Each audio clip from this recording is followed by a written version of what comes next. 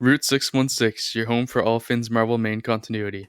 Hello, everybody. This is Ryan, otherwise known as RJ or RJ Epic One here, and I am back with both Bill and the Diva Dan. So he's a diva now. Oh, the fuck did that We'll get a come from? butterfly belt for you and everything, Dan. Don't worry. Okay, Behind- I feel much better now. For behind the scenes of the why I called Dan the Diva, he just jokingly rushed us into starting recording. So that's After that's bitching what about Kirby art. Yes, You're the one that's supposed to like Kirby, Dan. I love Kirby's art, but this is not his best. the cover we're referring to is the Iron Man we're going to cover. I guess while we're on the topic, I'll just run through what we're actually covering this week for anybody who didn't listen to last week's episode, where we give the rundown Which at the is end for everyone. the next episode. Yeah, exactly. So we're starting with Tales of Suspense number 42, where we're going to be introduced to the Red Barbarian. We then go into Strange Tales number 110, which features the Human Torch versus two of his rogues gallery. We have the A story for that, and then we have the C story of Strange Tales number 110, where we are introduced to Doctor Strange, the real Doctor Strange. And then we have Journey in the Mystery number 94, where Thor and Loki attack the human race. Stay tuned for that one. We have Sergeant Theory and the Howling Commandos number 2. And Tales to Astonish number 45 will end the episode off today with the return of the best Marvel film in existence, Egghead. He's just a shell of a man. Oh. Oh, for fuck's sakes. If it wouldn't make it really hard for you to edit, I would actually hang up right now. Yeah. I was thinking of doing it, and then I'm like, no, it's going to screw up the editing. Yeah. Bill was going to thought of me and was scramble, like, but he yeah. decided to stay. Oh, for God. Okay.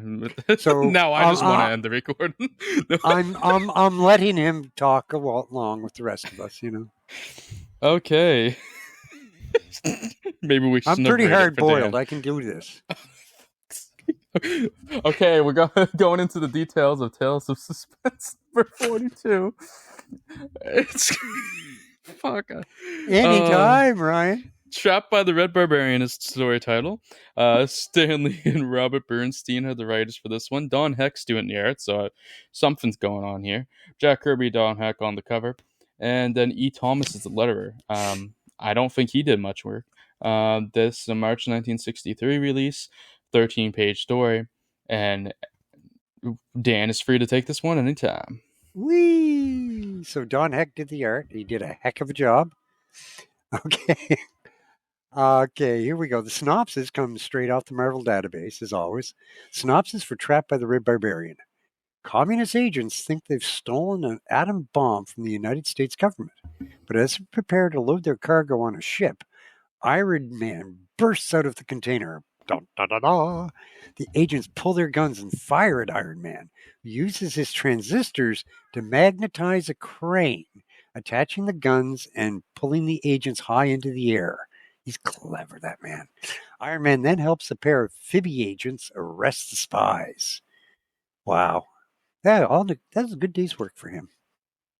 Got them on their way to get some documents out of Mar-a-Lago. Yeah.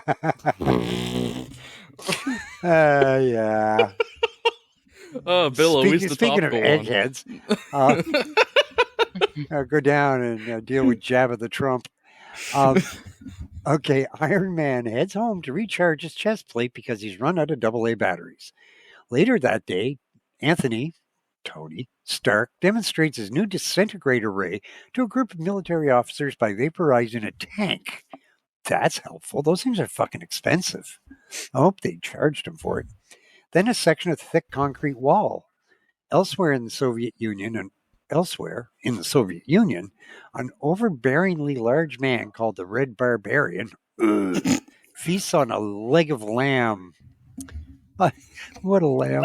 I thought it was a ham, to be honest. I thought it was too. It looks like a ham. Because I was going to make a comment about him knocking out one of his underlings by flinging a ham at him. No, it says lamb right here in the description. Well, I'll defer to this reader that filled in the wiki. Yep. He abuses the soldiers to make vague reports about Tony Stark and the new weapon he is working on. The Red Barbarian demands better information. After he chases them away with shots from his pistol, wow, what a dude, Soviet Well, he leader. did actually knock one of them out by flinging the ham and hitting them in the head with it. It's not a ham, it's a lamb. Okay? Rhymes, Lamb. it's close Say enough. it with me, guys. Lamb. Ham. Lamb. Ham. Oh, God, it's going to be one of those nights with you two. Yes, Okay. it is. With us. Soviet leader Nikita Khrushchev enters the room. For a moment, the Red Barbarian is shaken, but Khrushchev removes his disguise, revealing himself to be the actor, a master of makeup and impersonation. The pair devises a plan to infiltrate Stark's laboratories, with the actor disguised as Anthony Stark. So the actor arrives in the United States, disguised as a famous actor returning from a trip to Italy. He passes himself off in Washington, D.C. as a senator, then sends a telegram to Tony Stark requesting an audience with him. The actor, then meets with a group of communist double agents, all disguised as military officers, and, disguised as Tony Stark, sets off for Stark's secret labs. How the fuck would he know where his secret labs are? Well, Stark is off on a wild goose chase to attend the non-existent meeting with the U.S. Senator. The actor rummages through his private files where he finds spare components of Iron Man's armor and deduces that Iron Man and Tony Stark must be the one and the same. His communist partner soon discovers the plans for the disintegrator ray. The actor soon departs for Russia with the plans, while his double agents remain behind to assassinate Tony Stark. Wow, I wonder if they succeed. Guys, this is tense. As Tony returns home from the phony meeting, the double agents lay in wait. They ambush him, but his metal chest plate acts like a bulletproof vest, causing their bullets to bounce off. Pew, pew. Stark turns the lights out somehow and quickly changes into his Iron Man armor. Wow. How? That would be super quick. Then easily dispatches his assailants. The agents squeal on the actor's plan, including the Red Barbarian's involvement, telling Iron Man everything they know because they... I mean, let's be honest. If you were getting menaced by a guy in a giant robotic suit, you'd probably tell him everything you wanted to know, too. Dude, if I saw a man in metal long johns, I'd probably die laughing. Okay, just saying. Anyway. Exactly. So you'd have to tell him what you know to save your life. He might take off the costume before you completely suffocate. Yeah, right. So Iron Man sets out to recover the disintegrator ray plans. He travels through the Soviet Union using an experimental rocket charged by D-cell batteries, arriving ahead of the actor. That part's not in there. Oh, okay. Iron Man then ambushes the actor outside of the airport, upturning his car and recovering the stolen disintegrator plans. He gags the actor and leaves him behind. Well, that's an interesting euphemism. Iron Man arrives at the Red Barbarian's compound, walking proudly in with the briefcase and telling the Red Barbarian that he is really the actor posing as Iron Man. Now, the briefcase contains Stark's plans for the disintegrator ray. However, he explains, the case has a 4-hour time lock on it that cannot be opened, setting off a mini A-bomb booby trap. Wow. Okay. No problem, guy. I'm glad I gave you this one. I fucking hate both of you right now. Iron Man then excuses himself and says he'll return in 4 hours to open the case. The Red Barbarian, excited about having the disintegrator plans delivered to him, lets him go. Iron Man returns to the site where he left the actor and releases him, then flies to the nearest European country on the other side of the Iron Curtain, which would be Germany. The actor returns to the Red Barbarian's headquarters and apologizes for letting Iron Man outwit him, and tells the Red Barbarian he's learned some very valuable information for him, the identity of Iron Man. The Red Barbarian, having no idea what the actor is talking about, assumes he's trying to deceive him with his impersonations. He orders his men to shoot and kill the actor, who is gunned down before he can reveal Iron Man's secret identity. End of story. Okay. So this one was interesting because the first 10 pages were quite good. Yes. And then it completely fell apart. How? How did it fall apart, Bill? The whole part about the actor going to the States, infiltrating Stark Industries, finding the actual like evidence that Tony is Iron Man, stealing his plans, and escaping and setting up the ambush for Tony. All that was, I'm not going to say good because we're talking about a comic from 1963 before they really got these down, but it's pretty solid for the time. Yeah, no, so far, yeah. And then he goes to Russia, and the whole thing is just bullshit that makes no sense. Yeah, okay, to be fair, it really doesn't make any sense.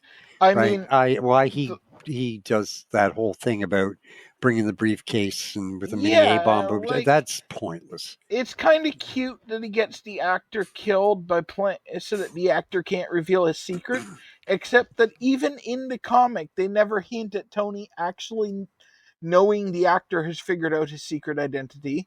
On top of which, why didn't he just take the actor over to Spandau Prison on the other side of the Iron Curtain? Yeah. Give Hess somebody to talk to. Yeah. Like, that whole thing just completely fell apart and it was obvious that they just still had a couple of pages to fill. Yeah. So, yeah. Yeah, you could tell they were just trying to fill in a few pages because they ended it before they wanted to. So they just kind of added some details just to drag it out. But it wasn't that bad. I mean, it's not horrible. No, I gave it 2 stars. The first half would be a 3-star comic, and then the last 3 pages were 1 star. I gave it. I landed on 3 just because of bonus points this issue got. Because in my notes I had, I say the story is hilarious because it's a fun/brief read is why I gave it extra points. So that's how I landed on 3 stars. And then I said the actor is as good, if not better, than Chameleon is never seen again in terms of his power set. Yeah, and everything. The actor's the one I would have wanted to see back. He was interesting. The Red Barbarian was boring and pointless and was barely in the story. Yeah, the actor actually wasn't bad. And then I also pointed out how the actor is the first person to find out Tony's secret identity just to be killed at the end of the issue, which was the thing that pissed me off about the issue the most. Yeah, that was my whole problem with it. That cute thing about getting the actor killed. Like, he could have just taken the briefcase and fucked off to Germany, and then the actor got killed for failing. Yeah. And it would have been a good story. Or he could have just taken the actor to Germany with the briefcase and had him put in prison. Yeah, but I'm trying to work within the confines of them wanting to keep the secret identity secret, so they need the actor to die. Because it was a trope of Golden Age / early Silver Age comics that anytime someone figures out the hero's secret identity, they end up dying so that the secret identity can be preserved. It's going to get boring fast. It doesn't last much longer. I mean, they've already broken it with Loki over in Thor. You mean Loki is Loki? I hate you so much. Oh, I was just curious. Fucking hell. What? So yeah, we already discussed our ratings. I had 3 stars, we'll head 2. Sorry. The actor never appears again, kind of unfortunately. We just get stuck with he's Chameleon. Kind of like sort of deceased. Yeah, he's a little bit dead. He's actually dead. He's full on dead. He's the Red Barbarian, comrade. The Red Barbarian does return though, thank God. I'm sorry. Captain America number 617. And this is the 2005 edition of Captain America, not the 1964 one. Which is actually a good run of comics, but we'll see when we get to 617 in 10 years. Yeah, you have to wait all the way until 2011 to actually see the Red Barbarian again. Perfect. Wow. That's actually great news. That's actually too soon, in my opinion. Well, it's actually bad news if they were so desperate for a bad guy they had to fall back on him. I think he's in there as Just a saying. joke because the issue's called The Gulag Part 2. Okay. So he's probably just locked up in a Russian gulag for failing or something as a throwaway joke to people that remember the old comics. That wouldn't surprise me, yeah.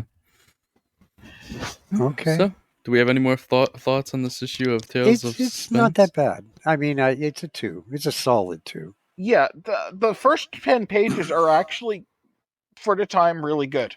Yeah, no, it's not that bad a story. It's not great by any stretch of the imagination, but I've read a lot worse recently. Yeah, you're not going to get great in a 13-pager from 1963. No, but it's better than some of the crap we've been looking at. Yes. Speaking of, let's go to Strange Tales number 110. Oh, looky. Speaking of not great, for 13 pages, we have Strange Tales number 110, A Story, The Human Torch versus the Wizard and Paste Pot Pete. I want a lid like Paste Pot has. That It artist, is a great hat. That is a bitch in a hat. I want one. Stanley and Ernie. Talk like Maurice Chevalier. Hello, I am Paste Pot Pete. Stanley and Ernie Hart are the writers. We got art and inks by Dick Ayers, but Jack Kirby did the cover. We got John Duffy on letters, and this was an April 1963 release, and the segue here was this 13-page story that isn't great. So here we are. Bill's going to take this one. Ha. Hey, it's got my boy Paste Pot Pete in it. I'm not going to complain. Yeah, we're good. So this opens with Johnny training and just it's a whole page of Johnny training because it's not actually a 13-page story. And then he goes and he does some homework and gets bored doing it, so he pulls out his scrapbook to reminisce about previous villains that he's faced, which leads to us having a half-page recap of his first encounter with the wizard, a half-page recap of his second encounter with or a full-page recap of his second encounter with the wizard, and then a full-page recap of his encounter with Paste Pot Pete. So we're now 6 pages into a 13-page story and have no new content. Yes, and it's at this point that I have my first note in this for this comic where I say halfway in, this story sucks. Anyway, we now get some new content with Paste Pot Pete thinking about how he really wants to get his revenge on Johnny, but he's too strong and he can't risk defeat again. So he needs another strong, virile man to hang around with him and lead him to victory. Someone like the wizard. Ooh, and we cut over to the wizard who's in prison and he's contemplating his escape. At the same time, Paste Pot Pete decides he's going to bust him out. So Pete tracks the routines of everyone around the jail. And then when the laundry delivery or the food delivery shows up at the jail, he pastes up the truck, yanks out the driver with a lasso of paste, making sure to get a good dollop of white liquid directly in his mouth, and then takes the truck.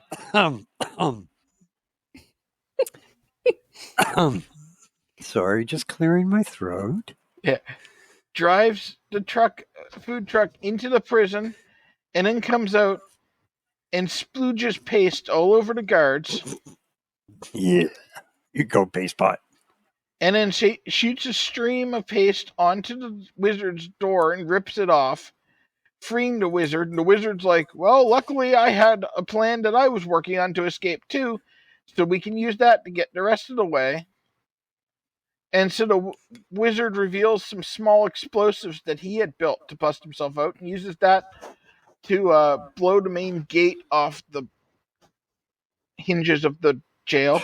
And Pete and the wizard drive off into the sunset, never to be seen again until 2 days later. Never to be seen again for 2 days. Yeah, where the Human Torch is accused of being an enemy spy. Well, he is. Apparently someone had broken in to some sort of military facility. They didn't really be clear. A flaming figure burned in and burnt the door off the safe to steal something that they're very vague on, but I assume it was military secret since he's being accused of being a spy. And so the rest of the Fantastic Four give Johnny a call to see that he's okay, and they're working on an important government case, so they can't come and help him, but he says he can handle it himself. Of course. Okay, so The FF here appear in one fucking panel while they're making the call to Johnny. Yeah, gotta pop those ratings somehow. And so Johnny's trying to figure out what he's going to do about this. And, well, he's trying to figure out how to deal with it. He finds he's shunned by the kids at school, which seems odd because from everything I've seen of his personality so far, he should really be being shunned the whole time. Well, you think the girls would find him hot. I hate you. I'm just saying. Anyway, I'm not even going to give that the dignity of any further response. Anyway, Johnny comes up with an idea to clear his name, and we cut back over to Paste Pot Pete and the Wizard lounging on paste furniture. Ooh. And they've discovered that one of the world's richest men will arrive in town today. So they figured they'll rob him with using the Wizard's torch disguise, because of course they've brought that back. Do you really And think pin the Tony blame Stark's on going to fall for that? This is a different rich guy. Oh, okay. And pin the blame on the torch. And so we see the Wizard in his actually fairly convincing torch disguise confront this rich guy and identify himself as the Human Torch because, you know, the guy couldn't have figured it out from the flaming person flying around. And demand all his valuables or he'll feel his wrath. And then Pastepot Pete is just there. And this rich old guy complains that the fake torch is making things too hot around him, and he feels like he's going to burst into flames himself. And then he does. And of course, it was just Johnny in a disguise. And so he chases Pete and the Wizard. And they lure him into the Wizard's house. And he flies over a trap door, which they pop open. And he tries to mock them for trying to use a trap door on someone who can fly. But the Wizard hits another button, and a jet of compressed air comes down from the ceiling and pushes him into the trap door. So he falls down into a mirror maze of metal mirrors that he can't easily burn through. And then they start mocking him and talking about how the maze is going to be drained of oxygen. And so Johnny just gets hotter and melts his way out of the maze. You okay over there? I fucking hate this comic. And he melts his way into another room where Pete and the Wizard are watching the maze in the mirror, waiting to see Johnny die. And he confronts them, he loops them in a fire lasso, and it's all over, and everything's back to normal. Except Johnny still exists. Yes, and no, I didn't rush the ending. No, it just because they wasted. That's how it happened. They wasted six panels, so they're like, "Oh shit, we're out of room. We have to end this now."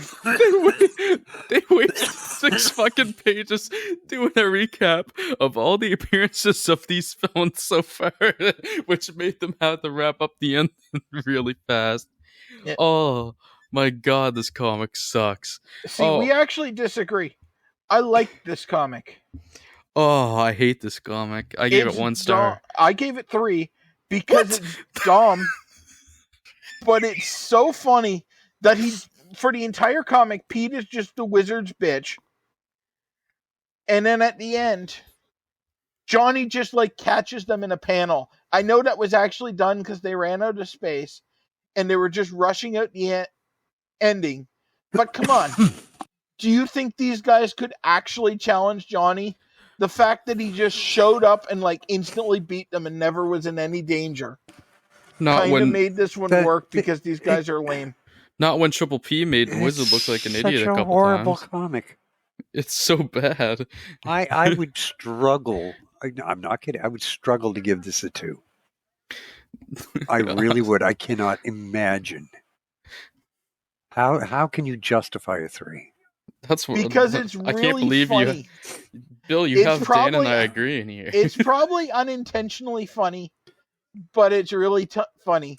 And I'm a Pete There's a Mark. difference between funny comedy and funny lame. Yes, but sometimes, very rarely, you get the room. I mean, No, funny that's pathetic fair. never works.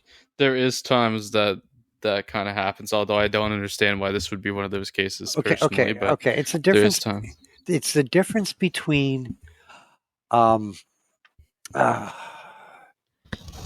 Ragnarok and the Fantastic Four movie, the one that they did with. So one's boring, in the lame, 80s. and one's actually really, really good. I think you're justifying my 3 here. One's funny and stupid. The other's just funny because it's so bad, it's lame. And it's funny that they chose to use the script they did.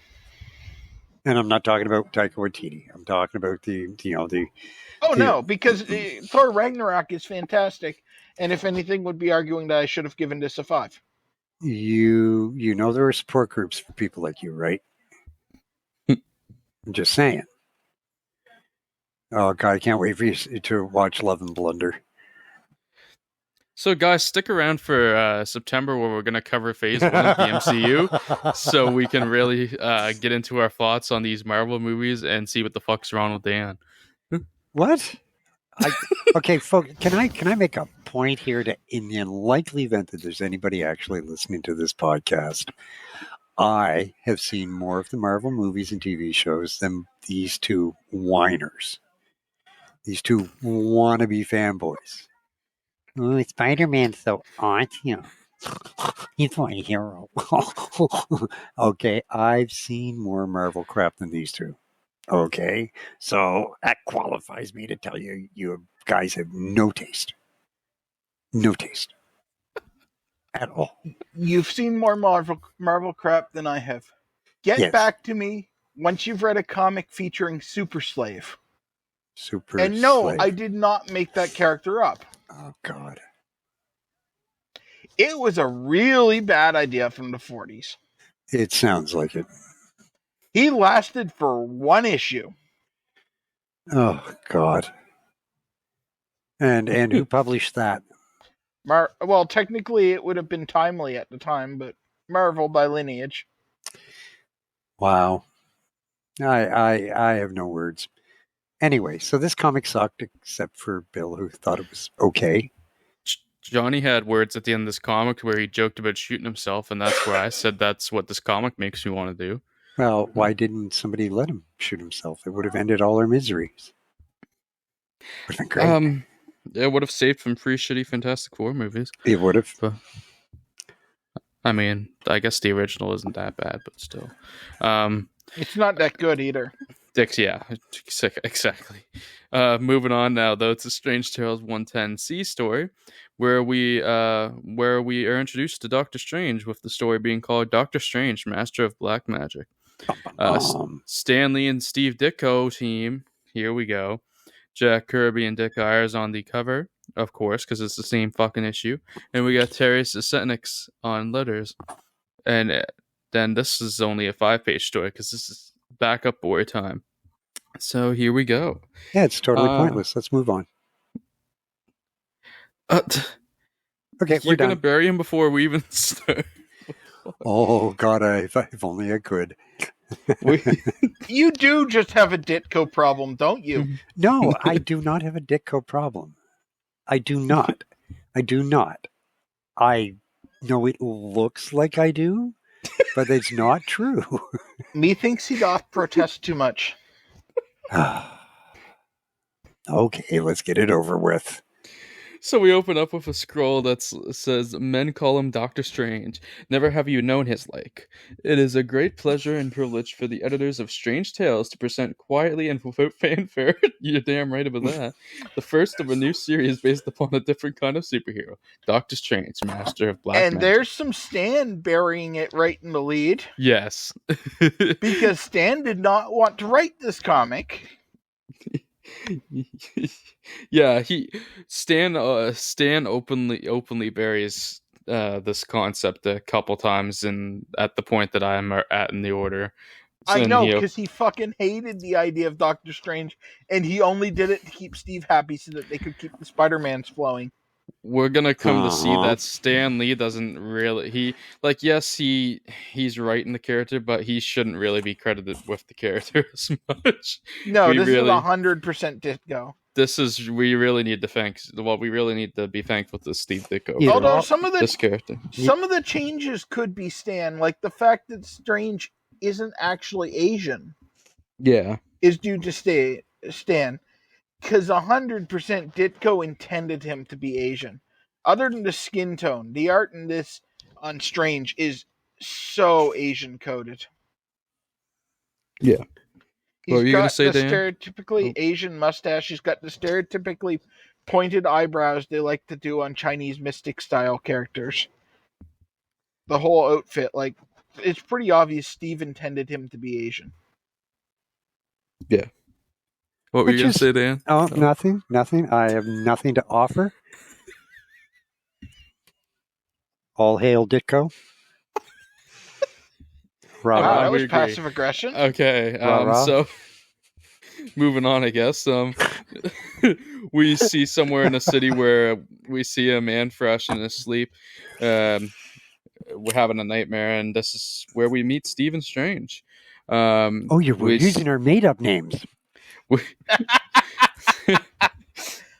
we, we see him go to what will become the Sanctum Sanctorum and meet with. Is that supposed to be one, or is it just a sidekick at this point? It's an unnamed an unnamed sorcerer at this point. manservant who is Manservant, totally yeah. 100% one. Yes. So Doctor Strange then meets with a guy who explains a creature who's always haunting his nightmares, but that's bound and chained, and he appears out of nowhere and stares at him in his sleep. And Doctor Strange is like, enough. A very Asian Doctor Strange, of course. Is like, enough. Then he goes on to say that he shall find the answer in your dreams. And the man's like, how would we do that? And Steven's like, by entering your dream. So we see Doctor Strange sit and enter. He enters in he enters a trance, and he leaves his physical body, and a metaphysical spirit. A It's his metaphysical astral spirit leaves his form, but they body. haven't come up with that Yes, term yet. it's the astral form that it would become known as. So we see Stephen in his astral form travel and go. He talks to the Ancient One, which we meet here too. And the Ancient One's like, "It's good that you have come, my son. I sense danger surrounding you." And Stephen says he'll heed his warnings. He will try to prove worthy of his trust. We then see Steven go into his dreams and figure out what's going on into the guy's dream to figure out what's happening. And he meets his foe Nightmare, his ancient foe apparently. So we are introduced to the villain Nightmare here, who ends up becoming. Sorry, behind the scenes here, I just laughed because Dan changed his name in our group chat to the Ancient One, which is very fitting. I saw that in the corner of my eye, and it just completely derailed me. Sorry. So, yeah, we meet the villain Nightmare here, who becomes a pretty important character. I didn't realize he was introduced in Doctor Strange's first appearance. And I think originally they intended Nightmare to be the main Strange villain, not Dormammu. Probably. Or Mordu. So Nightmare says how those who enter a hostile dimension must be prepared to pay with their lives. But then we go to the man's bedroom that Doctor Strange is investigating his dream. We see him wake up, and this dirty bugger goes to try and kill Doctor Strange while he's investigating his nightmare. So we see Nightmare and Strange battling the dream realm, nightmare realm, I guess you'd say.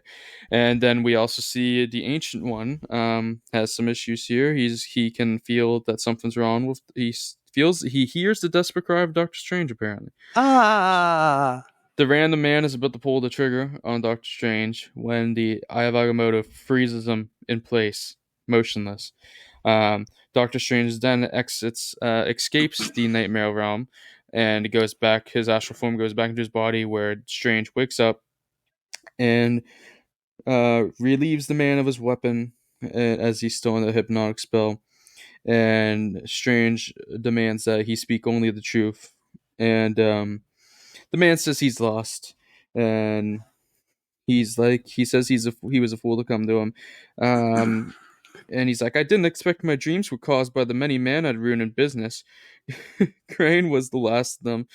So the reason that the figure was staring at him in his nightmares is because it was a figure of guilt for all the bad deeds and business that the man had done. And then we are teased with the next issue, where we are told we're going to explore the mystic world of the black magic once again with Doctor Strange as your guide. Bum, bum, bum. So, join us next time as we all say, who fucking cares? First appearance of Doctor Strange. Well, Dan's going to laugh at this, but I gave it 4 stars. So. I also gave it 4 stars. This is fantastic, and the art is gorgeous. Okay, well, here's a couple of notes to keep me from saying anything really, really mean. In this story, Doctor Strange is wearing the amulet of Agamotto, which should not be confused with the Eye of Agamotto, which is gifted to Doctor Strange in Strange Tales 128. Yes, it is the amulet of Agamotto. It details that on our site too. Well, that was a me mistake. Although appearing here for the first time, Wong is not mentioned by name until Strange Tales 119. Yes, so that was one that was the unnamed servant earlier. Yeah, the difference is the Marvel wiki that Dan's using will make inferences about stuff like that, whereas the site we use, if it's not confirmed, So you're it's listed, which is why we don't have him listed. No, but he is on the site. He is on the site. Yeah, I guess they went with that. So it's not Wong? It's no, it White? is. Oh, for God's sake. It is Wong. Oh, I hate you so much. Really? Okay, and the figure that was haunting that guy's dream is also called the Dream Stalker. Dun, dun, dun. And the Dream Stalker, Wong, and Nightmare would all appear next in issue 116 in the Doctor Strange story, which might be, I'm guessing it's a new story since Wong. I think Wong might be named there, but we'll see. I don't know. I haven't gotten there yet, so. Yeah. So Doctor Strange, first appearance, we gave it 4 stars. I don't know if there's much more to say about that. Be prepared for Baron Mordo real fast. And a lot of them. Yeah, there is a lot of Mordo early, but seriously, this comic is worth chasing down for the art, if nothing else. This art is so far ahead of its time. It is really good. I did have a note here that says corporate evils will haunt a man. That was the message of this issue, so. Yeah. The only thing I can say is I don't know if either of you would remember the Talons of Wang Chung from Doctor Who, but it was a white actor done up as an Asian. And Doctor Strange, it's funny how all these guys have PhDs. Doctor Strange looks like a white man whitewashed into a Asian character.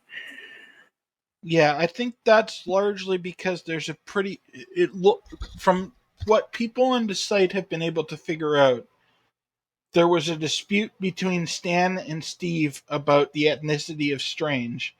And so Steve wanted him to be Asian, so he drew him as like an Asian mystic. Yeah. But Stan felt that people wouldn't relate to him, and so had him colored as a white man. Okay. Fair enough. Because, like I mentioned when we started, the art on this is so Asian coded. Yeah. Well, I'm very happy that you both love the story so much. That's so supportive. That's the best I can say. Well, on that note, we're going to move on to Journey and the Mystery number 94. The story titled Thor and Loki Attack the Human Race. Stan Lee and Robert Bernstein getting more work here with Stan as they're the writers. And we got Joe Sano on the art and inks. And Jack Kirby and Dick Ayers on the cover. And Sam Rosen on the letters. May 1963 release. This is a 13-page story yet again. And this one goes off to Dan. Oh, boy. Oh, I suppose it does, doesn't it? Yeah. Okay, so where do I start? Journey into Mystery with Thor and Loki on the cover, so I guess we know who the bad guy is in this one. How do we feel about this cover? How do we feel about this cover? It's pretty lame. No, it is. This is pretty, 66 Batman style story. It's there. But Dan, Yeah. we're ushering in the Marvel age of comics. You can tell. You can tell. Oh, I also said, hey, look, it's Loki again in my notes. Yeah. Who his secret identity is Loki. Okay. Written by Stan Lee and Robert Bernstein. I already went through those. Oh, you already went through those? Yeah. Oh, okay. Well, then we're going to go into the synopsis for Thor and Loki Attack the Human Race. Poor humans. All right. So, when a U.S. missile base in the Pacific launches a test missile, it goes out of control. When the self-destruct will not work, the general decides to broadcast an emergency call for Thor, who obviously is fully tuned in to all broadband and shortband frequencies in his helmet or something. In his office, Dr. Don Blake hears the broadcast and taps his cane, transforming into the mighty Thor. As he rockets from his office, the god of mischief, Loki, watches from Asgard, where he's bound with Uru chains. It is he who magically caused the missile to go off course. Bad Loki. When Thor throws his hammer to destroy the missile, Loki casts a second spell, which makes an illusion of a dragon appear behind Thor. Distracted for a moment by the illusion, Thor turns his head and is struck by his own returning hammer. I was waiting for you to get to that moment. Oh, that's good. That's good. I like that shit. Momentarily stunned, Loki is able to take mental control of Thor and brings him to Asgard. Okay, I have to stop you there. Okay. Because there's no point in reading this? No, whoever wrote that synopsis glossed over one of the biggest pieces of bullshit in comics history. What, Stan Lee? I'm not even going to... Go ahead, try me. Didn't you know there is a certain gland in the back of your head that when struck with a sharp blow changes your personality? Oh, so Thor could get a personality out of this? That would be freaking awesome. That's why he's evil now. Hey, Yes. Better than nothing. Head trauma makes people go evil once again. But only if they hit you in the right spot. Hit me in the right spot. Bah, bah, bah. Sorry. Okay, so after assaulting Heimdall on the Rainbow Bridge... Just before you go, Dan, it is called the chromosomatic gland. Okay. They gave it a name. That has nothing to do with it, because that's a combination of, like, colors and sleep. You're right, it is, isn't it? Somatic. Chromosomatic gland. Yeah. Wow. So Thor was seeing They really rainbows just threw it while they got together. hit in the head. Anyway, after assaulting Heimdall on the Rainbow Bridge, Thor jumps into his cart and beats freaking Luigi to the very end. Yay, and he wins the race. Thor frees Loki from his chains. Alerted by Heimdall, Odin arrives and confronts Thor, who strikes his father, forcing him back. Loki informs Odin that he intends to take over the throne of Asgard and returns to Earth with Thor to make mischief until Odin surrenders the throne. Wow, that's so convincing. Yeah, you're going to be mischievous on Earth? Well, I guess we'd better give you the throne here in Asgard. Oh, no. Please don't this is this is Loki style mischief, so it's a little more murderous. Well, okay, he's a little murdery, but he's Loki. And Chicks love him. A big note here too is that Odin actually cares about the Earth here. Oh, okay. Yeah. Well, that's this good. is before Odin went full dick. Okay. As the two depart, Odin ponders what could have caused the change in Thor. Well, arriving on Earth, Loki has Thor create thunderstorms and earthquakes. Obviously, it's the chromosomatic gland. Obviously. Thor destroys such monuments as the Taj Mahal, Eiffel Tower, the pyramids, Golden Gate Bridge, and the Leaning Tower of Pisa. Yes, Meanwhile, so Thor just becomes a terrorist now. Oh, yeah, basically. Meanwhile, Loki, through his magic, creates a sea serpent, animates the Sphinx and the Empire State Building, and awakens prehistoric behemoths in the museums. Well, that's cool. Thor and Loki are finally approached by a UN delegation that asks why they are destroying everything. Thor and Loki accompany them back to the UN building, where Thor uses his hammer to destroy the emblem of the UN. But before his hammer can return to him, a trapdoor opens under Thor, and he falls through. His hammer hovers for a moment over the opening, then falls onto the back of Thor's head. Oh my god. Oh, please. The second blow frees Thor from Loki's control. It is then that the UN delegation reveals they are actually Odin and other Asgardian gods in disguise. Throwing his hammer, Thor stuns Loki by hitting him in the colorful sleepy gland, and he is returned to his chains in Asgard. And that is basically the end of this tale of woe and horror, death and destruction. Except to ensure that Thor didn't have a bad reputation, after the gods repaired everything, they wiped everyone on Earth's memory of the event happening. Yeah, of course. You can't have people thinking badly of Thor. We did get the actual "it was all a dream" ending. Wow. It was always just a dream. Thank you so much, Taylor Swift.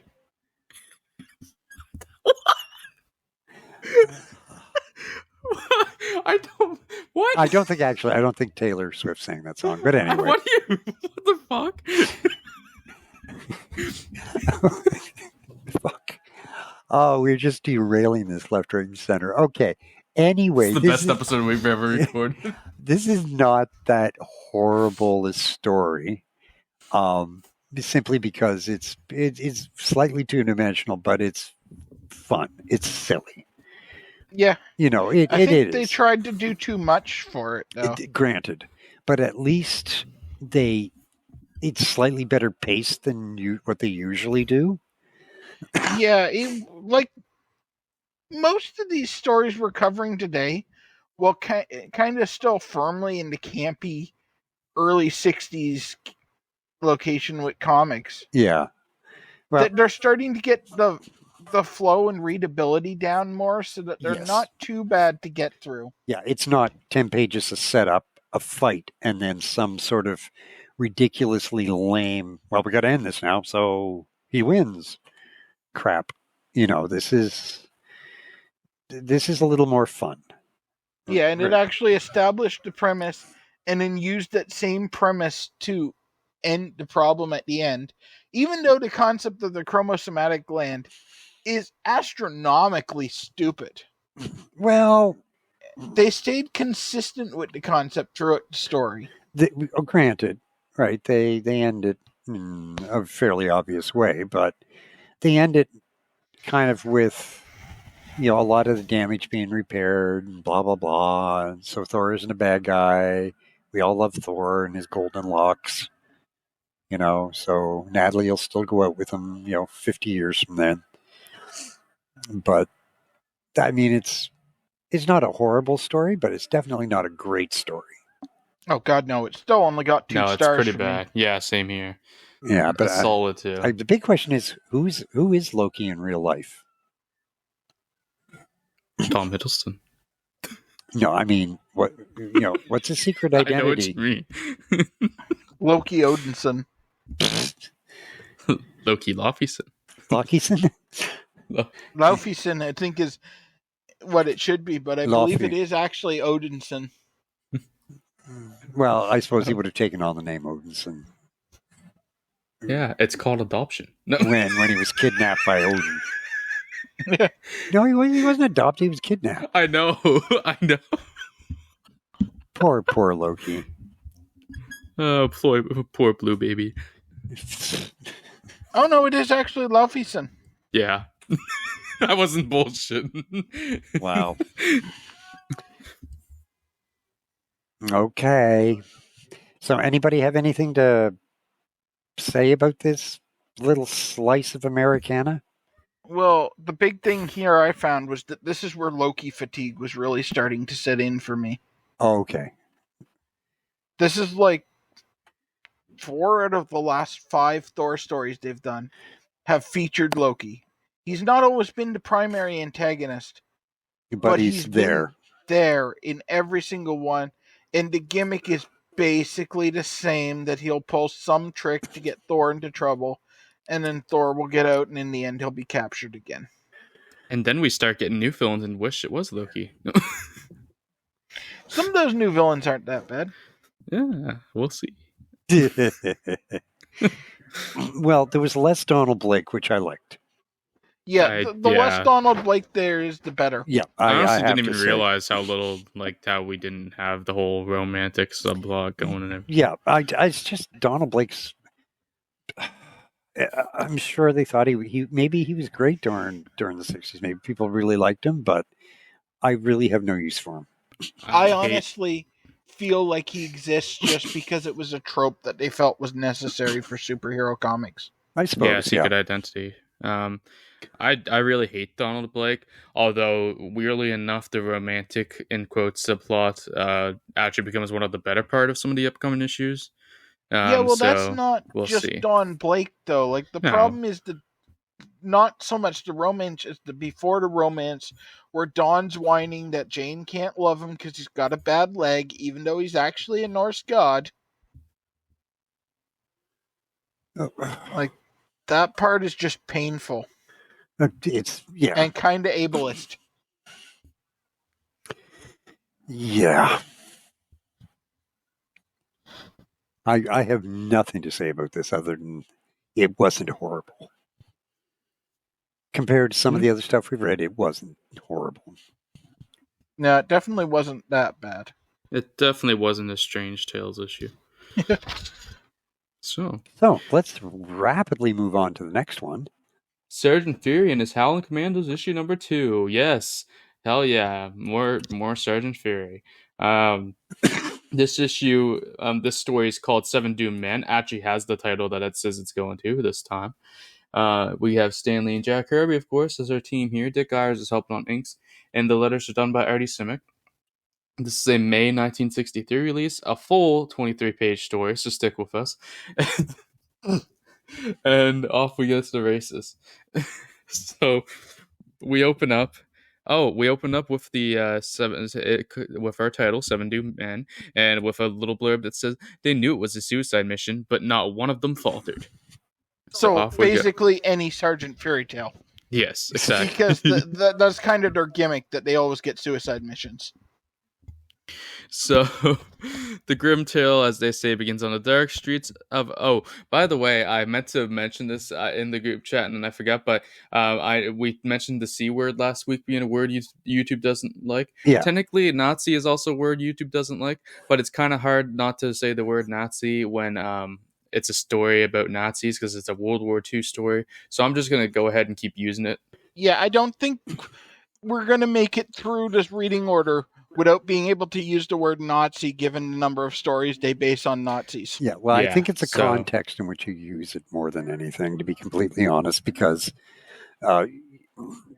basically, literally, he's fighting the Nazis. And yes, but that assumes that YouTube has actual human moderation instead of an algorithm that it's granted. But we can go to YouTube and beat them up, so... I'm just throwing that out there. For consideration. For consideration, we're sorry we said Nazis.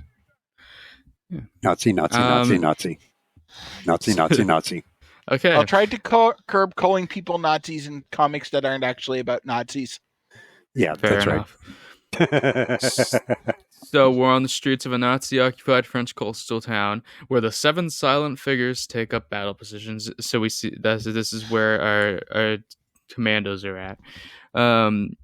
So I know not much happens in the early bits of the story, so I'm kind of trying to skip Yeah, through just now. jump right over that. We have a big battle goes on here. They somehow don't die again. Then they make it to a boat after jumping over a wall after fleeing from the Nazi coastal town. The coastal town the Nazis took over, I should Yeah, say. Nazi occupied. I believe it was actually French. Nazi occupied. Yeah, it was a French coastal town. I said that before. I just messed up my word in there. So a boat scoops up the 7 commandos, and their mission was a success. They got the coastal town away from the Nazis. And set half of it on fire by the end of page 5, it looks like. Yes, it is on fire. They get back to base, and they have a little bit of a respite. They have a bit of a break, which is quickly interrupted by the corporal. What's his name again? I forget. Sam Sawyer. Yes, thank you, Sam Sawyer. Happy Sam Sawyer tells them they have to go right back on a mission. To when we then have PTSD 101 as Fury wakes up his... Sam Sawyer, so Samuel Clemens' character, Tom Sawyer, they tied them together? That's probably how they came up with the name, now that you mention it. Yeah, sorry, it just crossed my mind. That probably I wouldn't be surprised if that was literally the logic with the name. Yeah. Stan Lee likes those cheeky little things like that. Nods to Americana. Yeah. Cheeky so bastard. yeah, PTSD especially in something like this that's supposed to be pure patriotism fuel. Yeah. Yeah. PTSD 101 here as Fury literally wakes his men up by shooting his fucking gun, to which they all wake up and have their guns pointed at Fury. So that was nice. Well, to be fair, he tried yelling at them first, but that didn't work. Probably because they can barely hear after all the fucking explosions and shit they've been around. Not to mention that they claim they've been up for 3 days. Yes, that too. And they finally were getting to sleep, and then he's like, no, we got to go on another mission. Yes, so they head on their mission. We see Theory in a sexy little outfit here. Saucy little thing. Got his cap on. I mean, the best outfit, if we're talking about outfits there, has to be Dum Dum. Well, yeah. I felt like Dum Dum was too easy. The Dum Dum is always a nice little a treat on the eyes. So we see them on the boat, and they one of them spots a patrol boat of the Nazis. Oh, you can tell because there's a Nazi flag on it. So they jump off onto the other boat and take out the Nazis and explode their boat. Honestly, I don't even remember what the mission is here because I didn't really talk about it. But they have to go and prevent the Nazis from building a nuclear missile. Perfect. I did have a note. By seizing the heavy water that may or may not be a thing that's actually used in developing nuclear missiles. I don't trust Stan Lee's knowledge of science, and I forgot to look it up. A big note about this issue too is that this compared to the first issue, this issue actually has less of a plot, but it's counteracted by the really fun interactions and moments that happen. So yeah, they figured out how to write the team in this issue much better than in the first one, which is probably why Bill enjoyed this issue much more than the first, which we'll talk about more later too. Another momentous occasion. We made it to page 9, and Gabe is finally actually black. Well, yes, gray, but still, he's not colored like a white man. I think my version got recolored, but yes. You're reading on Marvel Unlimited, so they fixed a lot of the Gabe coloring errors. But in my version, he's literally colored white in every panel he's in until page 9. Wow. Nice. So they take out some Nazis as they arrive on land. They get in a nice little buggy, which is quickly destroyed the next panel. And then they get in a huge face-off. They're in another Nazi-occupied town here. Dum Dum is caught in a corner, and actually ends up getting taken prisoner. So that's unfortunate. Oh, what a loser! We then. Oh, this is the issue. Dino goes undercover as a Nazi sergeant, and then that ends up helping them as they as Dino and I think it's Reb, maybe. That's Don't worry too much about keeping them track of them. Stan got confused a couple of times in this issue. Yeah, Stan gets them confused multiple times across. I think he gets them confused quite The only often. people at this point who really matter are Fury, Dum Dum, and they seem to want to make Reb a thing. Yeah, they kind of interchange who they want to try to make a thing here a bit too in these issues. So they regroup all together, and they have a big hoorah moment as they're like, "Let's go get Dum Dum."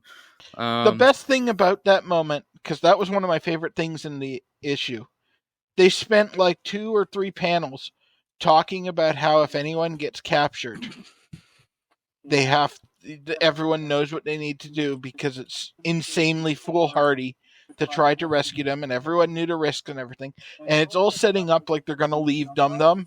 And then they're just like, well, we know what we have to do. Let's get Dum Dum. It is a really good moment, and it shows the team's camaraderie and solidarity, and it's actually a brilliant moment in this comic.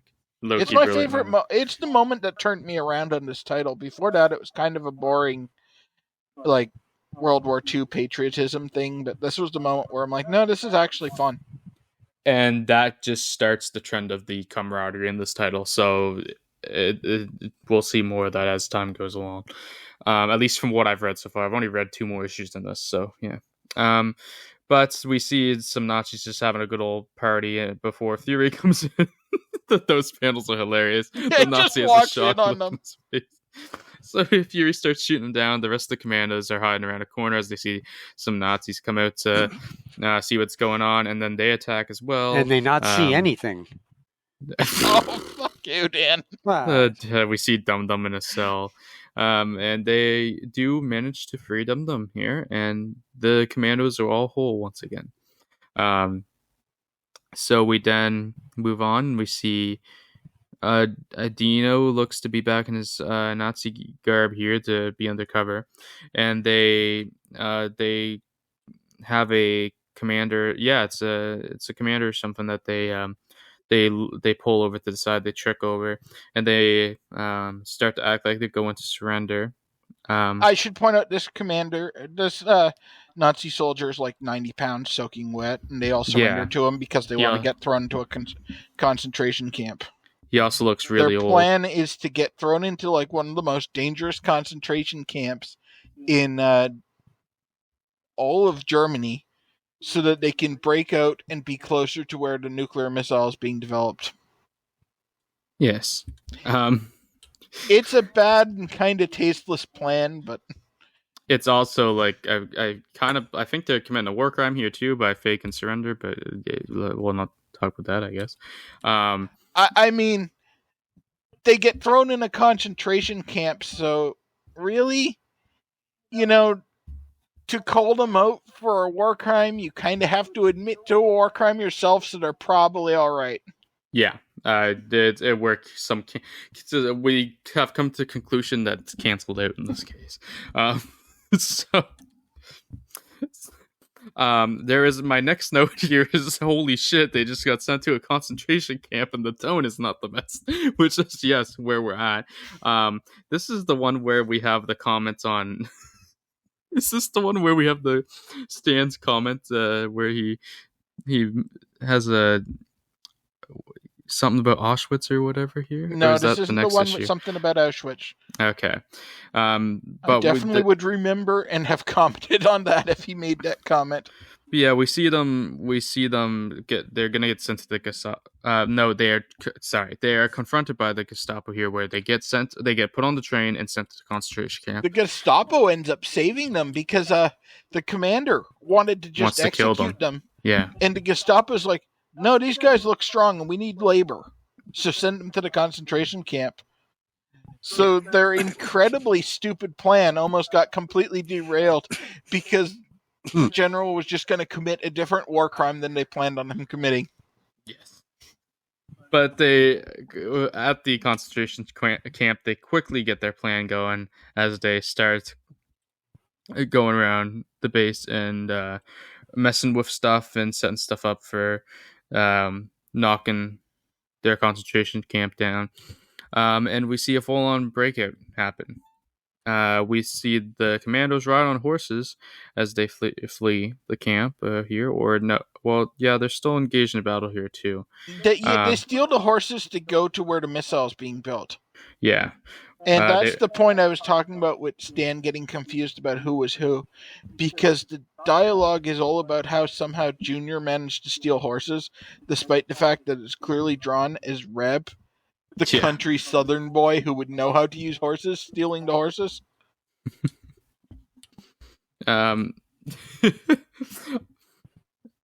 I had a note here that says risky to mess with stuff they don't know what the purpose actually is, which sounds about right for this comic. We see a tank blow up as I think it's Fury that throws dynamite at it. So that was a pretty good panel. Honestly, the art in this title is pretty good all around. Nope, that is definitely Reb that threw this dynamite under. Oh tank. Yeah, now that stay back, boys. Just let old Reb handle this the way Jeb Stewart would have done it. There's a comment that sits real well in this post-Confederate era. Stands on a roll. I have no words. They go in, they smash up the lab, they smash all the shit up. Pretty much their plan works. I also need to call attention to the fact here that they pull damper rods from an atomic pile out with their bare hands. Okay. Yes, they do that. And then use them to smash stuff. They just start hitting things with these highly radioactive things. So unrelated, every member of the Howling Commandos died of cancer. But their hands would have literally begun to burn within half an hour. Their hands would have started to melt. Yeah, they're all dead. Yeah, this title's so crazy. That didn't even click to me the first time what was going on there. Except someone commented on it in the comments about them pulling out the nuclear control rods with their bare hands. That's wild. And that purely is down to Stan not understanding how nuclear stuff works. They literally... sorry, Dan, what were you going to say? Oh, just atomic energy, as it is, radioactivity, all of that stuff. There wasn't that much understanding of it in the 60s. They were only then beginning to reach out to the general population of at least in democratic countries, giving them a better idea of the damage that could be done by a nuclear weapon, stuff like that. I mean, people knew it would kill you because they were very familiar with what happened at Hiroshima. But they didn't understand the long-term effects because they just weren't exposed to that information. Yeah, right? Well, they didn't. So I'm not making excuses for bad writing, but we do have to understand that you had to be fairly well educated to actually understand the effects of radioactivity. Yeah, I make fun of this, but I don't really consider that moment to be a case of bad writing because that seems to me just to be something that legitimately Stan wouldn't have had the knowledge to do any better on. It's pretty time era appropriate. I can't fault him for the fact that I have 70 years more knowledge than he has looking at that scene. Yeah, a lot of the historical value, that stuff doesn't really knock the rating down on these comics at all because they just didn't have the knowledge that we have. So it's the same thing as like the asbestos everything in Johnny's comic. That's not why I'm giving it a bad rating. It's the general writing and personality of the protagonist that gets it a bad rating. Yeah. Well, maybe a little bit of the asbestos, but anyways, at the tail end of the comic here, we see them blow up the Nazi train, which is actually a pretty cool page here. I love those red explosion panels they do in this. Yeah, some of Kirby has some of his best art in this title, in my opinion. But unfortunately, I don't know if it's fixed in the Marvel Online Unlimited version, but in the original version, the colorist brushed it a lot, so it's kind of muddy in a lot of the panels. Yeah, it might look a little... I don't know, it might look a little bit here. A little bit I like that page a lot. Because he drew a lot of fine detail, and the colorist couldn't be arsed to color the fine detail So there'll be like a lot of times there'll have like the Nazis would have red chevrons on their shoulders, Yeah. and he just would take like a big red swipe across it, and it would be way bigger than a drawn panel. But it was obvious they didn't take the time to color it neatly. He just kind of made a big red splotch there, and so it makes the art look kind of muddy, unfortunately. Yeah, that's fixed here. It looks like, so that's nice for me. Um, but yeah, so their plan has worked. They destroy the rocket here too, and they manage to flee back to a rowboat and escape from the Nazis, and that's where this story ends for the Oh, seven. don't forget Oh, that Stan made a huge amount of effort to imply that no one was killed by most of these incidents, so that they could get their comic code rating, including a point where Dum Dum jumps out of a foxhole that had a bunch of Nazis in it and then fires his machine gun into it while having dialogue written that they need to drop their guns and get lost. Yeah. And then at the end, because they pulled all the atomic control rods out, there is a massive nuclear explosion, and everyone in the concentration camp and in that Nazi fortress died. Yes, and so this nuclear base is atomic bombed without safety measures, and Stan also asks if this could be the real reason that Hitler called off atomic experiments. Yes, because we clearly all noticed that massive nuclear explosion in Europe. Yeah. So yeah, that was So Sergeant it Fury and the basically- Howling Commandos number 2. Yeah, it took longer to explain it than it probably did to read it. Yeah, true. Yeah, But pretty we much. also got off on a bunch of tangents on Yeah. this. That's very true. Bill This and I was a- pretty much teamed up on this one too. Yeah, So. this was a very easy reading one. A lot of this issue went really fast because it's just a lot of action. It's just some of the when I'm looking at it now, trying to figure out what's going on, it's kind of hard to get it to figure out what's going on at times because there's the details of the story are sometimes hidden in. That's why I said you could have it. I couldn't be arsed to do that tonight. It's starting to. I'm starting to understand why Bill gave me this said I could have this fun. I didn't want to try to summarize that. There is a couple of bonus pages at the end I should point out. We get a rundown of a German infantry and what their gear is and what their weapon is and weapons are, blah blah blah. And we just they have moved that to the end for you. Yes, and we just have In the mine, weapons of that's the in war. the middle. Yeah, no, it's fully at the end for me. So we have the weapons of the war too, from all the different big powers. Yeah, they gave me those panels mixed in, so they must have reordered it when they put it up on Unlimited. Yeah, they do that a lot. So yeah, I gave this one 3 stars. So did I. Why? It It's was really good. a fun story. Like, it's nothing spectacular. I'm not going to use it as like an issue to try to sell Sergeant Fury and Howling Commandos to people or so. But if I bought this at the comic shop, I wouldn't be upset with it. It's a fun read. Technically, I enjoyed the first issue more than this one, but there's definitely big positives that this one has over the last one. Though the last one's big positive over this one is it does have a more put together plot the last issue did, but this one has the team camaraderie as a big positive going for it, and which continues the trend of that, and it has the interactions of the team, and it has some fun action. So they also toned back the text a lot in this one, which really helps with something like Sergeant Fury, because let's be honest, these stories are going to get pretty samey. We all know it. Yeah. So the readability has... So the fact that I don't need to slog through a whole bunch of meaningless dialogue to read basically the same story that I've read 5 times already makes it seem a lot more entertaining, because this one just flies by and I can just get caught up in the crazy stuff they're doing, as opposed to having to slog through exposition of something that I kind of already understand. Any other notes that we have on this one? Yeah. I also want to comment on how much better Kirby's art was on this one versus the first issue. Here the characters are starting to really look distinct. Like in the first one, the only distinct characters were Dum Dum and Gabe. Yeah. And here you can usually tell who everyone is. Even if Stan can't. Yes.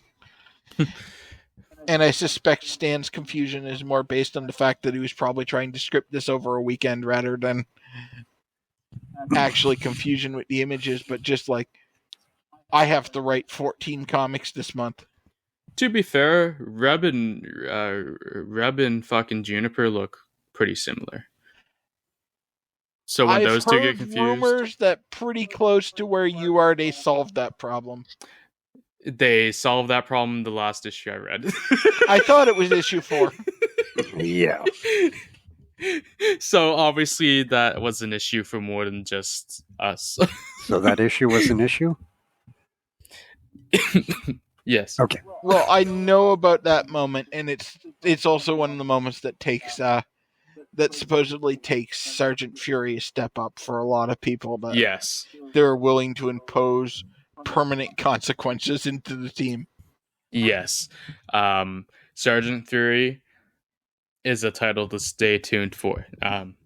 It's been really. I've read 2 more issues from here at this point, and it's been really good. And that issue 4 that we're teasing right now is probably objectively the best issue I've read so far. It's really good. So can't wait to cover it on here. I guess, Dan, do you have any other notes? Not on this one, no. All right. Well, then on to the main event here. Bum, bum, bum. As we go to Tales to Astonish number 45. Prepare to be The Terrible astonished. Traps of Egghead. Fuck yes, Egghead's back. Yeah, Egghead's back. The yoke's on you. Stan Lee and Ernie Hart are the writers. Don Hex on art, but Jack Kirby and Dick Ayers are doing the cover. And Artie Simmons on letters. Yes, I completely went over that joke. I know. April 1963 is the release date. A 13-page story. And I'm giving the honors of this one to Bill. Let me put it this way: Dan's jokes are less painful than this issue. This issue had some fun moments. I don't know about that. Eggs Benedict Arnold there. Yeah, okay, come on. You knew I had at least one left. Of course. That's what I was worried about. Yeah. Okay, so who gets this one, Bill? Bill, Yes. yeah. Lucky you. Open with a recap of Egghead's origins and how he was caught the last time, including the scene of the ants dropping a whole giant sheet of flypaper on a bunch of gangsters, a moment that I hoped they had forgotten about, but clearly they did not and still insist on it being canon. So the flypaper was stuck in their minds. Just keep going. Just keep going. I'm sorry, I have to get past the rage. Okay. Anyway, we come back to a little more detail on how Egghead evaded the cops the last time, and then we see him in the flop house, completely broken over getting defeated by ants. He's cracked. I'm on page 3, Daniel. Okay, fine. Jeez. And he's sitting there in a defeated stupor about how the ants were too smart for him until months later, when a couple of guys come in talking about how lucky they were to get away, because with Ant-Man on the loose, an honest criminal doesn't stand a chance. And this snaps Egghead out of his stupor. And so he quizzes them about Ant-Man. And getting the information, he decides that he's going to use them to defeat Ant-Man. Because clearly, someone who has lost to him before is the perfect person to do that. And so he starts planning to capture Ant-Man through the Wasp. And so he goes and he builds a machine to scramble messages to the ants. And then he disguises himself as a college professor and gives an lecture on insects that's attended by both Hank and Jan, who listen to it and are amazed by the information he gives and talk about how brilliant he is. And then he reveals to his his accomplices back at his base some giant wasp's nest, like some probably about 2-foot wasp's nest device he's built that he's going to use as a trap. Okay. This is a very convoluted story that does not deserve the level of complexity they put in it. So then they decide their plan is to steal the Middleton diamond and use that as bait to lure the wasp into the clutches. Now, at this point, the hirelings ask the obvious question of, why don't we just take the diamond and retire rich off that? And Egghead points out that if they just did that, no matter where they went, eventually Ant-Man would find them. So if they want to be free, they have to neutralize Ant-Man, which makes a certain amount of sense. And so they go and they set up that there's going to be this display of the diamond at the zoo, where he's also going to give a presentation. He's going to give a presentation at the zoo about wasps to lure wasp in, and then they steal the diamond and hide it in the wasp nest at their presentation. So Jan goes with Hank. They go into diamond stolen. They investigate, but they can't find anything about any clues about who stole it, so they give up for now. And Jan goes to Egghead's wasp presentation. And while she's there, she sees the diamond hidden inside the fake wasp nest and decides that she's going to prove to Hank that she can be a superhero on her own. So she sneaks off and turns into the wasp and flies back into the museum after everyone's left and goes into the wasp nest where there's some sort of like elaborate maze in there. And she immediately gets herself trapped in it. And so she sends a signal to Ant-Man to come and rescue her. So Ant-Man shrinks down and goes with one of his ants to this wasp nest, where he falls into a panel that's set up. And it drops him clear through the wasp nest into the cage underneath that contains an iguana. So he gets on his ant and he takes a pin and he spears the iguana with it like he's a knight with a lance. Oh no, what's the fighting iguana a dragon. do? Sorry. And kills the iguana. And Egghead's like, haha, you may have killed the iguana, but you're still trapped in this glass case. And so Ant-Man uses the springs in the bottom of his shoes that only exist in Egghead stories, because he used these last time he fought Egghead 2, and busts out of the glass case. And so Egghead reveals his final trap, the most powerful weapon one can use against Ant-Man. An anteater. He releases an anteater. And the anteater starts make eating it stop. Dan, did you read ahead in the synopsis, or did you actually just guess that? I just guessed that. It was so obvious. Yeah. I mean, I thought I was setting it up pretty good. No, you kind of laid it out there. It was pretty hard. It was pretty easy to figure it out. Yeah. It is, but I just had to know too. Don't worry, we're only 2 pages away from the end, Oh, so thank only God. about 20,000 more words, because this is a very wordy comic. And so Ant-Man makes a lasso and lassos the anteater around the snout with it, and starts walloping the thugs with the anteater on a string. And Wasp starts flying around with the nail that Ant-Man used earlier, saying that she's finally got her sting. And she stabs Egghead in the hand right when he's going to shoot a gun. So he drops the gun. And then she stabs both of the thugs, and one of them falls into a room with a bunch of poisonous snakes. And then...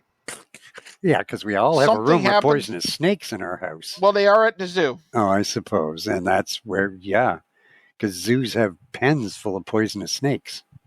Yeah, and so he just sits still so that the snakes don't bite him. And we never find out what happened to the other guy. He's just not seen again. And Hank and Jan head back to the lab. And Egghead is just somewhere on his own, swearing to be back. And next time he will set a different trap that no human can escape, not even an Ant-Man. Oh my God, that was horrible. Yes, it was. 1 star. Can I... Does Ant-Man get better because, like... Not really. No, he gets bigger and then he gets canceled. Thank God. Because, like, I don't see... this is not an appealing... There's so much they could have done, and they do none of it. He has little glimmers of hope, but that's about it.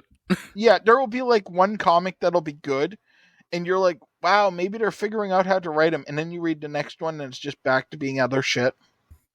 Oh, God, it's horrible. There's a fairly heated debate on the site we're on about whether Solo, Torch, or Ant-Man are the worst stories. And I fall on the Ant-Man side. Yeah, this is where Bill and I have a dichotomy too. We have a bit of a difference in our view of it too, because Bill says Ant-Man's the worst, and I say Torch is the worst. Because that's a good debate. It is a good debate. It's almost worthy of a good section. Yeah, no, the problem is so often Ant-Man is really, really boring.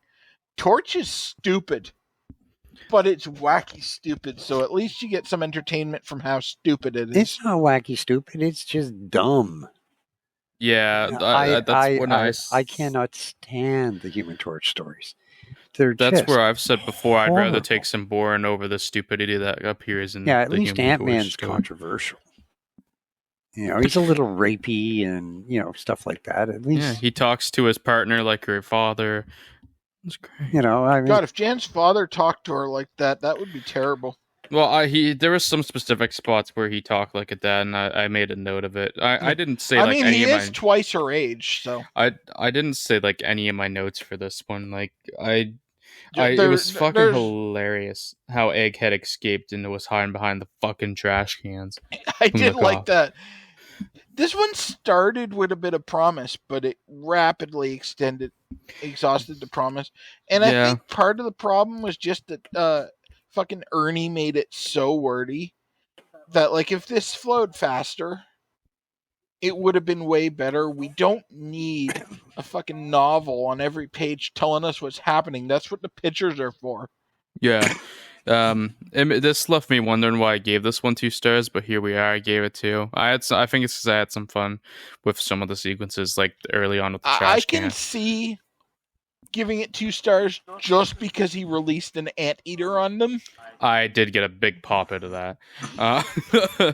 We also didn't really point out like how he came back with the facial hair. If you did, I wasn't listening. No, I skimmed over that part because this comic was complex enough without going into detail. But yeah, the fake facial hair was pretty funny. It behooves me to mention that the anteater's actually on the cover. You do realize that, right? Yes. Okay. The anteater was not a surprise. It was just still funny that he let an anteater loose on Ant-Man. You know what? I didn't really realize that, quite honestly. He's right dead center. Can't miss him. Yeah, he's but he's almost behind more bars. featured than any of the other characters, except maybe Wasp, who is trapped and doing the damsel in distress act in her second ever appearance. Yeah. Yeah, well, that was another one of my notes. I was like, her second issue, and poor Wasp is to be trapped by Egghead. Yeah. But no, I didn't realize the Anteater was on the cover.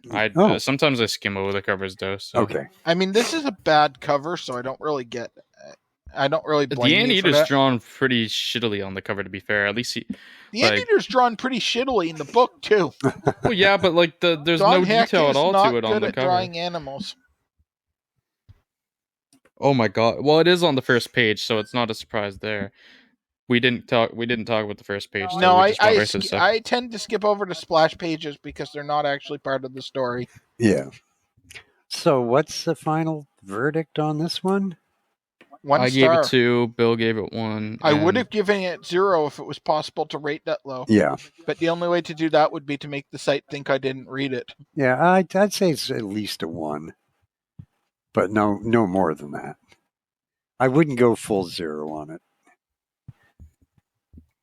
Part of it was just that I was annoyed because this is how I was finishing my reading. Oh, okay. Thank God we ended on Egghead once again. Oh, yeah, absolutely. Because all the other ones, even the ones that were kind of bad, were fast, easy reads and quite fun. They flowed nicely. Yeah. And then I was getting tired, getting ready to be finished. And I'm like, oh, it's only 13 pages. I'll just knock out all the reading for the podcast this week today and be finished. And then I've got to slog through Ernie Hart's efforts at seeming like he's writing something serious and important when it's a story about a tiny man fighting an anteater with a pin. Oh, sometimes I feel evil doing these lines. Yeah. Yeah, but I mean, let's be honest, it's better to end on this than to open with it. that is exactly true. That is true. Although I could have just pinned on the next Iron Man and we could have been safe altogether, but that'd be too easy. Oh yeah, because Kala, Queen of the Netherworld, is so much better. Actually, it is twice as good according to my ratings. I didn't like that one either, but it was better than the fucking Ant-Man. What are we doing? Speaking of Kala, we'll talk about next week's lineup. So we have. This has been what a podcast this has been. We have derailed so much. We are recording this later than normal. I think that's why we're all in a little goofy mood. But we start off next week with Tales of Suspense number 43 as we meet Kala, Queen of the Netherworld. Our third underworld-based villain. Yeah. Yes. Honestly, the Earth must look like a fucking Swiss cheese. Fantastic Four number 15 is then our next one where we meet Mad Thinker and his awesome android. An issue. Strange Tales number 111, A story, which has Human Torch fighting the death of the Asbestos Man. Not as bad as it sounds. And the C story sees Doctor Strange face to face with Baron Mordo for the first time. And then we end off with a 2-parter Fantastic Four story, as issue 16 starts the 2-part off with the micro world of Doctor Doom. So the Doctor Doom returns here, and then part 2 of the story sees the Fantastic Four in the clutches of Doctor. Yay! With a guest star in Ant-Man. Hey, we're ending on a high note for once, though. That's why it was. That's why I did it like this originally, so we could get that group together. Yeah. Next week's actually a really solid week of comics, believe it or not. It's actually second really half good. is. It starts pretty weak. Yeah, I mean, I only have one comic below 3 stars, and it's the Iron Man. So I didn't like the Iron Man or the first half of Strange Tales. So this might be the first time that I actually like a fucking Strange Tales more than you. Then I think so, because I had that Strange Tales at 2. Wow, yeah, wow, I have it higher. Incredible. I have no memory of it though, so I don't remember why I rated it that way. So yeah, next week's gonna be a fun week. So hopefully there's people there. Also, after next week's episode of Route 616, at some point in the next 2 days after, during that weekend, we will be recording our Crew 616 Choose On episode of the month for the Batman adaptations for the movies. Just talking about who our favorite Batman is, who our favorite villains are, whatever we end up talking about. Yeah, we're gonna freeform that one. We're gonna whoop-pow and just go right into it. We're all going to talk about who our favorite Batman is, and then I'm going to explain why you guys are wrong. And we'll just go from there. I'm gonna laugh my ass off if you pick the same one as both of us.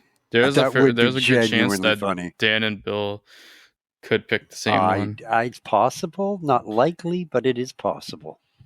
Dan's kind of a hipster, so I suspect he's not going to pick the same one as me. Yeah. Yeah, I'm a pretty hardcore Batman fan, so it's Actually, I'm almost positive I know who Dan is picking. we'll talk about this off stream, but yeah. Yeah, I'm Yeah. also not saying who I think it is right now. I wanted to be We completely don't in the wanna- dark for the actual podcast. We don't want to ruin the episode No. for anybody who may happen to listen. Well, the Crew 616 episodes actually get some furious, so yeah. Okay. Anyways, come back next week for Route 616. It's going to be a really fun week of comics that we're going to cover. And then come back for the Crew 616 episode on the Batman stories. And I teased it earlier. We actually already have a lineup for the next few months. I won't talk about October's episode yet because it's a bit early, but we already teased the phase 1 of the MCU that we're going to be doing in September. So that's going to be fun. We are going to cover and talk about our thoughts of the whole phase 1 of the MCU. So that is going to be a fun time. But anyways, we're going to end this episode off now. If you are watching on YouTube, give a like, subscribe, comment, even share if you would like to. We're also available on Apple Podcasts, Google Podcasts, and Spotify. Spotify, if you're listening on there, give us click that little poll that pops up and let us know what your favorite comic that we covered was. And anyways, we will see you all in the next episode, and peace out. Yeah, Have a good one. Bye-bye.